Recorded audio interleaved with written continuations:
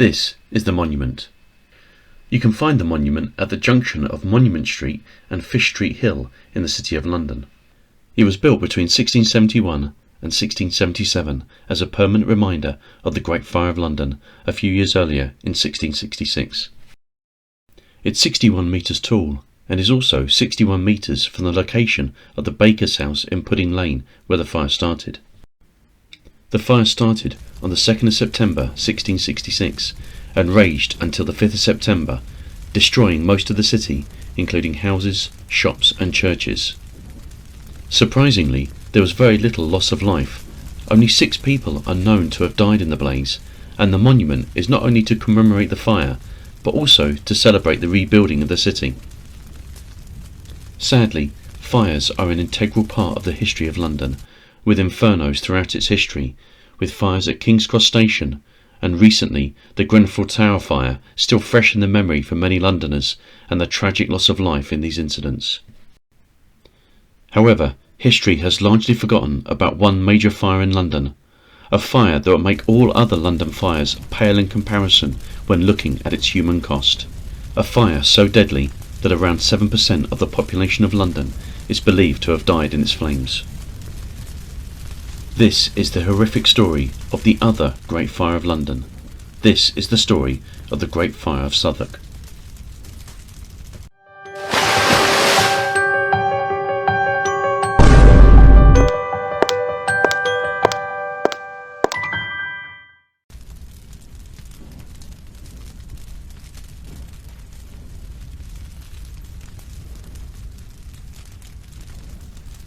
Around 450 years before the Great Fire of London that started at Pudding Lane, there was a fire in London on the 10th of July 1212 that took the lives of an estimated 3,000 people. As the population of London at the time was only around 50,000, this was a devastating loss of life, and the city would take some time to recover from its effects. The cause and exact location of the start of the fire are still a mystery, but it is known that the blaze started in Southwark, close to the entrance to London Bridge. London Bridge was by now built using stone, its wooden structure having been destroyed in a fire around 70 years earlier in 1135. However, whilst the bridge itself was built from stone, the houses and shops that could be found along the bridge were all wooden structures. London Bridge in 1212 was its own micro-city. It was a thriving hub of businesses and dwellings with a population of several hundred people and livestock living in the wooden structures found interconnecting along the length of the bridge.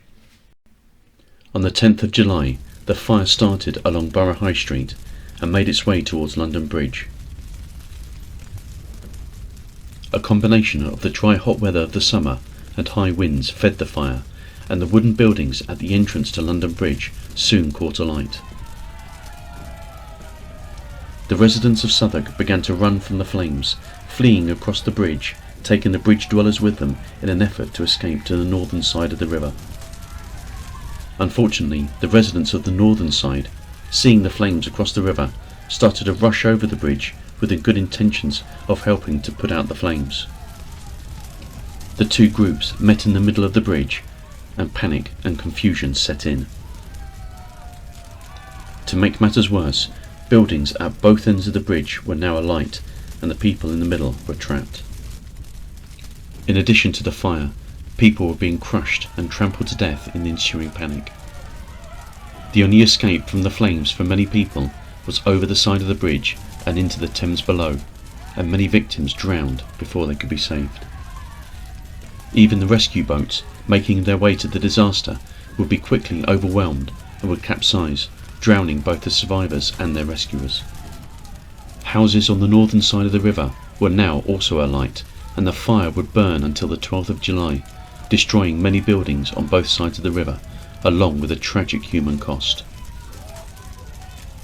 The figure of 3,000 has been a generally accepted estimate, but the true number will never be known due to the lack of record keeping and overall damage of the fire. London Bridge itself remained standing but was unusable for many years, and would serve as a reminder to Londoners of the horrific events of the 10th of July. For hundreds of years, the fire of 1212 was referred to as the Great Fire of London, until the fire of 1666, which had a considerably lower body count but had a bigger destructive area. The Great Fire of 1212 will be forgotten about, left without a memorial, and is now a footnote in the history of London. Thanks for watching. Please like and subscribe and check out the other videos on the Offbeat London channel.